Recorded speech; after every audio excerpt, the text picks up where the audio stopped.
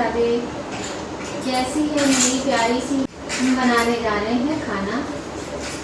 तो आज हम बना रहे हैं बैगन की सब्जी और आज का ब्लॉग शाम से स्टार्ट हो रहा है। तो हमने सोचा सब्जी काटते काटते आपसे थोड़ी सी बातें कर लेते हैं। ये वाले जो बैगन होते हैं ना, ये भरवा बैगन बनाओ तो बहुत अच्छे बनते हैं, लेकिन आज मैं भरवा नहीं बना रही हूँ। आज मैं ऐसे ही बना रही हूँ सिंपल सी सब्जी। थोड़ा सा दूध बचा था तो बहुत अच्छा बना था, तो वो वाली जो क्लिप है वो भी मैं इसमें ऐड कर दूँगी। आप लोग देखना, बहुत अच्छा पनीर बना था। और घर में पनीर बनाओ उसका स्वाद ही अलग होता है, बहुत अच्छा होता है उसका स्वाद। सोच रही हूँ इतने ही बैगन बनाऊँ या ये भी डालूँ, ये चीज़ समझ नहीं आ रही है। ऐसा करती हूँ इतने ही बनाती हूँ, ज़्यादा नहीं बनाऊँगी।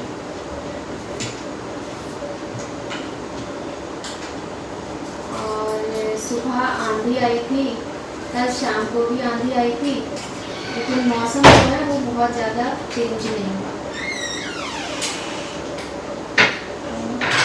ये वाला बैगन अभी नहीं बनाऊँगी, बाद में बनाऊँगी। सब्जी कट गई है। एक चीज़ ये देखो कितना सुंदर है ना। तो ये स्पाइस बॉक्स है, यानी मसालदानी बोल सकते हैं इसको, स्पाइस बॉक्स बोल सकते हैं, जो कि देखने में तो बहुत ही ज़्यादा सुंदर है।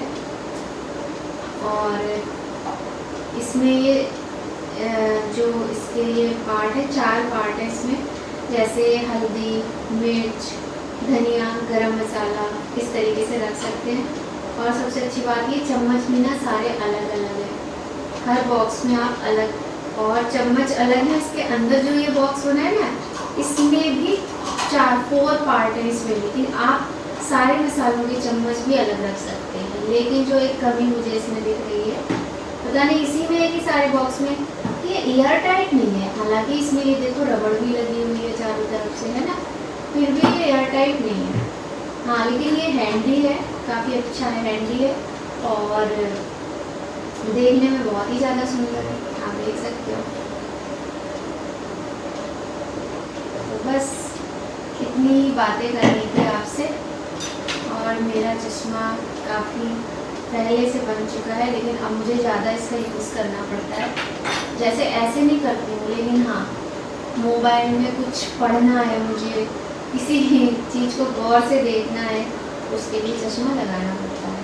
ठीक है, चलो मैं बनाती हूँ खाना और आप लोग ब्लॉग को एंजॉय कीजिए, ढेर सारा प्यार दीजिए।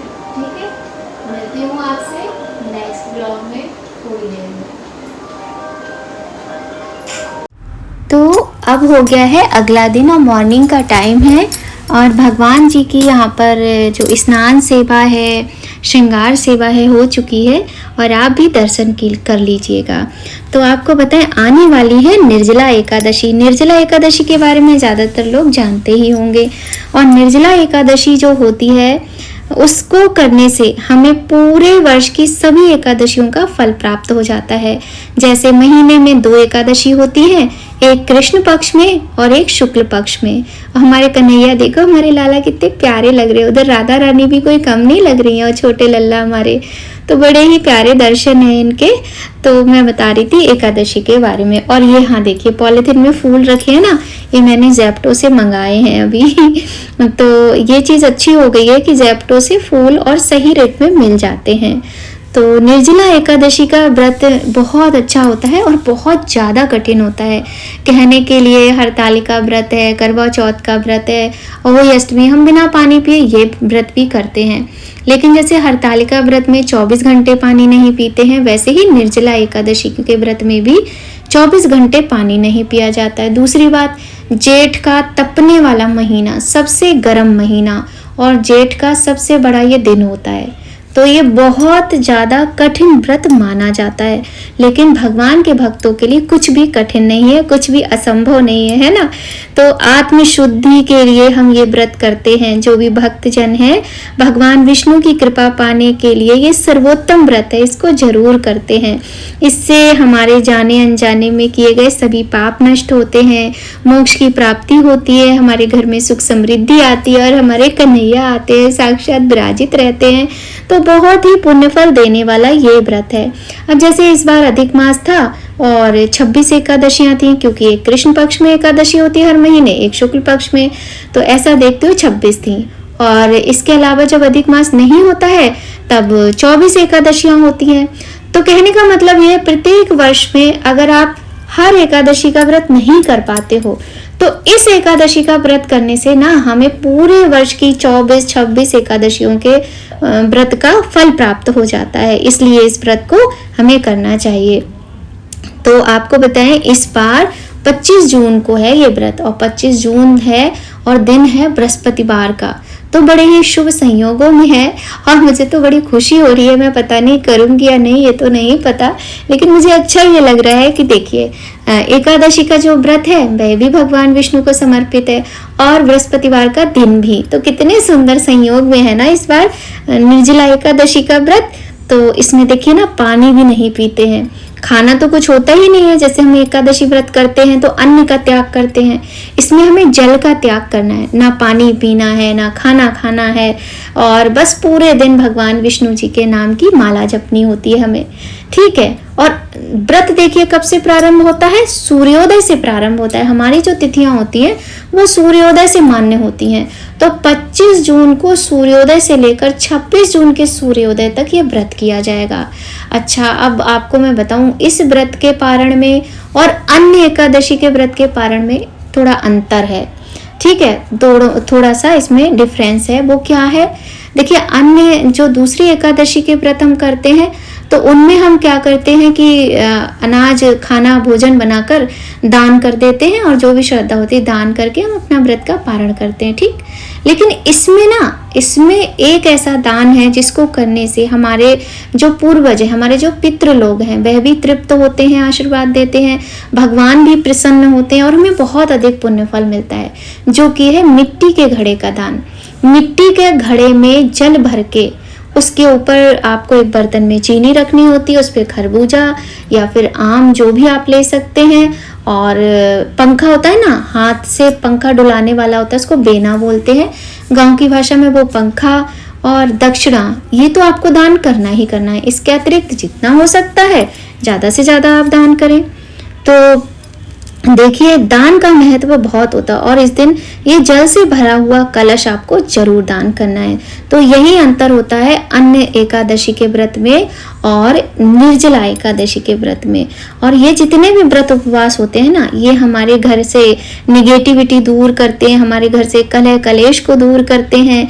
जीवन में कितने भी कष्ट हों, जैसे धन की कमी है, कोई परेशानी है, और संतान की कोई दुख तकलीफ है, या बीमारियों का कुछ है, या कलह कलेश है, सारे कुछ दूर हो जाते हैं। और भगवान विष्णु हैं और लड्डू गोपाल हैं, इनकी खूब सेवा करना। और ध्यान रखिएगा आप ना 24 तारीख को ही तुलसी दल तोड़ लीजिएगा। और एक बात, ये जो मिट्टी का घड़ा है, सारा सामान है, आप ना एक दिन पहले ही लाकर रख लीजिएगा, क्योंकि बिना पानी पिए व्रत किया जाता है तो बड़ी परेशानी होती है, मार्केट में आप कहाँ घूमोगे ढूंढोगे।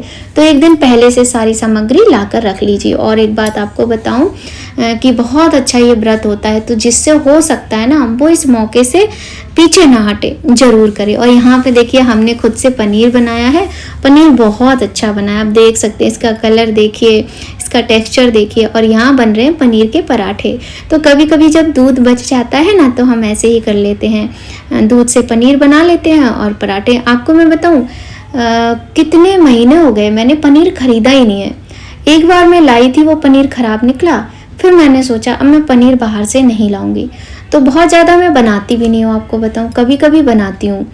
एक तो मेरी समस्या बहुत ज़्यादा रहती है कि मेरी हेल्थ प्रॉब्लम मतलब हर दिन एक नई शुरू हो जाती है जब से मेरी मम्मी गई है। क्या बोलूँ, हंसती ही हूँ, रोऊंगी कब तक, है ना। तो सच बता रही हूँ आपको, मेरी माँ चली गई ना, उनके साथ में मेरा सब कुछ चला गया, ऐसा लगता है मुझे। खैर भगवान है तो सब है, मैं तो यही महसूस करती हूँ, मेरी माँ मेरे पास है, मेरे साथ हैं। लेकिन सच बता रही हूँ आपको, पर हमें ना निराश नहीं होना चाहिए। हम अगर निराश हो जाएंगे तो ये सांसें लेना बड़ा मुश्किल हो जाता है। तो हमें यही एहसास करना चाहिए, जो भी हमारा प्रियजन चला जाता है ना, वो कहीं नहीं गया है, वो हमारे ही आसपास है, वो हमारे साथ है, वो हमें देख रहा है। तो ऐसा जब हम सोचते हैं ना तो फिर कहीं ना कहीं में थोड़ी तसल्ली हो जाती है। तो बस यही सोचती हूँ। लेकिन हाँ, ये तो सच है कि जब से मेरी माँ चली गई है ना, मेरी हेल्थ प्रॉब्लम बहुत बढ़ गई हैं। पहले मैं इतनी बीमार नहीं रहती थी, मैं सारे काम टाइम पे करती थी। आपको बताऊँ, कभी कभी मैं 3:30 बजे भी, 1-2 साल तो ऐसा हुआ जब मैं वीडियो नहीं बनाती थी, मैं 3-3:30 बजे उठ जाया करती थी और 9 बजे तक मेरी पूजा पाठ, मंदिर जाना, बच्चों को स्कूल भेजना, हस्बैंड का ऑफिस जाना, पूरे घर का काम हो जाता था। पर आज ऐसा हो गया है कि मतलब मैं बस घसीटा मारती हूँ ज़्यादातर, आपको बताओ, इसीलिए ब्लॉगिंग भी नहीं कर पाती हूँ बस। हाँ, लेकिन प्रभु की इतनी कृपा है। देखिए, जब आप अच्छा काम करते हो ना, तो मैं तो यही मानती हूँ, शायद मेरी जो भाग्य है, मेरी जो हाथ की रेखाएं हैं या कुंडली है, उसमें मेरे लिए कुछ और भी बुरा होगा। पर प्रभु का सहारा ऐसा है, मेरे गोविंद का, मेरे भोले का, माता रानी का ऐसा सहारा है कि इनकी कृपा से कम मैं चल तो रही हूँ, मैं अपने काम खुद से कर तो रही हूँ। और लेकिन हाँ, मैं हेल्थ प्रॉब्लम से बहुत परेशान हो जाती हूँ, आपको बताऊँ। पर फिर भी मेरे प्रभु इतने अच्छे हैं, मेरी माँ इतनी अच्छी है कि मुझे मेरे रास्ते से डगमगाने नहीं देती और मुझे हिम्मत देती है और मैं फिर से उठ के खड़ी हो जाती हूँ और आपसे मिलने आ जाती हूँ। खैर, तो बड़े ही टेस्टी पराठे बन रहे हैं, बच्चों को बहुत पसंद है और आप लोग भी आ जाइए, फटाफट से टेस्टी टेस्टी पराठे खा लीजिए और बहुत सारा प्यार दीजिए। अगर आपको मेरी वीडियोस अच्छी लगती तो लाइक ज़रूर किया कीजिए। और एक बात पर्सनली कहना चाहूँगी, अगर कोई व्यक्ति ऐसा है जो मेरी वीडियोस देखता है, उसके माँ पिता में से या फिर कोई भी प्रियजन ऐसा है जो ना हो उसके साथ, तो कोई बात नहीं, आप निराश मत होना। भगवान पर भरोसा करके उनमें देखना, तो आपको अपनी माँ, जो भी प्रियजन हो, अगर मैं कुछ गलत कह रही हूँ तो क्षमा करना, लेकिन आपका जो भी अपना बहुत ही प्रिय रहा हो जो अब आपके पास नहीं है, उन प्रभु में, उन भगवान में आपको उसकी सूरत नज़र आ जाएगी। कहते हैं ना, भगवान की मूरत में आपके अपनों की सूरत नज़र आती है, जिनको आप प्रेम करते हो वो नज़र आते हैं। तभी तो हम कितने भी बीमार हों, जब तक हमारा थोड़ा भी मतलब कैपेसिटी रहती है, हमारे अंदर थोड़ी भी क्षमता रहती है, हम लगे रहते हैं। तो प्रभु के प्रति और संसार में ना सबसे सच्चा, सबसे बड़ा प्रेम है तो वो भगवान से है। आप देखो, किसी से भी प्रेम कर लो, प्रेम तो हमें देखो होता है जब हम संसार के बंधनों में बंधे होते हैं, पति से, बच्चों से, माता पिता, भाई बहन, सबके साथ। माँ का प्यार तो निस्वार्थ मैंने देखा है, बाकी किसी रिश्ते में मतलब ज़्यादातर माँ होती हैं, वो बहुत ही ज़्यादा प्रेम करती हैं अपनी संतान से। काफ़ी कम केसेस होते हैं, लेकिन हाँ, मैं ये नहीं कहूँगी सारी माएँ बहुत अच्छी होती हैं अपने बच्चों के लिए। कुछ माताएं तो ऐसी होती हैं भाई, अपनी संतान को छोड़कर चली जाती हैं, सोचती ही नहीं है, अपना सुख देखती हैं वो। तो ऐसी भी माताएं होती हैं, कोई लोग बुरा मत मानिएगा। लेकिन माताएं ज़्यादातर जो होती हैं ना, वो बहुत डिवोटेड होती हैं अपने बच्चों के लिए। बच्चे हंसते हैं तो माँ हंसती है, बच्चे रोते हैं तो माँ रो देती है। मैं तो ऐसी हूँ, सही बताऊँ आपको। मेरे बच्चे छोटे थे ना, ये रोते थे तो मैं, जब ये चुप कराती थी, चुप नहीं होते थे तो मैं भी रोने लग जाती थी। तो मम्मी कहती थी कि तुम बिल्कुल मेरे जैसी हो। मेरी मम्मी का क्या था भाई, उनके तो नाती पोते भी अगर रोने लगे तो वो रोने लग जाती थी भाई, कि मतलब बच्चों को कुछ कहना नहीं है, कोई डांटे ना, कोई इनको मारे ना, और मतलब बहुत ही लविंग नेचर मेरी मम्मी का, बहुत ही लविंग। खैर, तो हाँ, भगवान से जो प्रेम होता है वो सबसे सच्चा प्रेम होता है। वो आपसे बोलेंगे नहीं, वो आपके साथ कहीं जाएंगे नहीं, दिखाई नहीं देंगे आपको, लेकिन एक वही है जो हर सुख में, दुख में, हर परिस्थिति में आपका साथ देंगे। आप कुछ भी सोचो, आप कुछ भी कहो, लेकिन जो भगवान है ना, जो ईश्वर हैं, इनके किसी भी स्वरूप को जब आप अपना मानोगे ना, तो ये आपके अपने बन जाते हैं। बस प्रेम चाहिए। प्रेम की भाषा आज के समय में हम अगर कहें ना कि प्रेम से हम सब कुछ कर सकते हैं, किसी भी बुरे इंसान को अच्छा बना सकते हैं प्रेम से, तो मैं सच बताऊं आपको, ये फिल्मी डायलॉग है। क्योंकि मनुष्य के कितने रूप हैं, वो कितने तरीके के रंग बदलता है, ये तो जो झेलता है वो जानता है। आप कितना भी प्रेम कर लो, आप अपना सब कुछ निछावर कर दो, पर हर कोई आपका अपना नहीं बन सकता। आप तो उसको अपना बनाने में लगे रहोगे, आप तो समर्पित हो जाओगे, लेकिन आपका वो अपना बनेगा इसकी कोई गारंटी नहीं है। तो इसीलिए प्रभु से प्रेम करो, प्रभु की भक्ति करो, फिर देखो आप, वही आपके अपने हैं, वही आपको जीने की हिम्मत देंगे, खड़े होने की हिम्मत देंगे, परिस्थितियों से लड़ने की हिम्मत देंगे। वैसे तो देखिए, सबकी लाइफ अलग अलग होती है। जीवन में कोई बहुत सुखी भी होता है, कोई बहुत दुखी होता है, कोई नॉर्मल होता है, लेकिन जो दुखी है, बहुत परेशान है, या थोड़े बहुत दुख बीच बीच में आ रहे हैं और वो उसका विश्वास डगमगाने लगता है। तो ऐसा नहीं करना है, अपने भगवान पर भरोसा रखें, थोड़े से उपाय करते रहा करें। और देखिए यहाँ मैं चूड़ी दिखा रही हूँ आपको अपनी कि ये कम ही होती जा रही है, क्योंकि वही है कि मैं इधर उधर से निकलती हूँ, टकरा जाता है हाथ और चूड़ी मेरी झड़ जाती है, कोई ना कोई ऐसे चलता रहता है। तो बहुत दिन से सोच रही थी आपसे बहुत सारी बातें करनी है और लेकिन कर ही नहीं पा रही थी। आज आपको पता है मैंने खाना भी नहीं खाया है और शाम का टाइम है, ये मैं एडिटिंग कर रही हूँ। तो पता है बहुत, अब आप सोचोगे पूरे दिन क्या करती रही, खाना नहीं खाया। एडिटिंग में ना बहुत टाइम लग जाता है। फिर मेरा जो दूसरा चैनल है ना, उसके लिए भी मैंने कई दिन से वीडियोस नहीं बनाई थी। निर्जला एकादशी आ रही है, प्रदोष आ रहा है, बहुत सारे काम होते हैं। तो वीडियोस के काम में सही बताऊं आपको, घर के कामों से ज़्यादा थकान भी होती है और घर के कामों से ज़्यादा टाइम भी लगता है। लेकिन एक होता है ना कि हमें अपने लिए कुछ करना है, तो मैं अपने लिए एक तो मैं पूजा पाठ का काम करती हूँ अपने लिए, दूसरा ये वीडियोस वाला काम करती हूँ जो मुझे अच्छा लगता है करना, चाहे जितना भी टाइम लगे।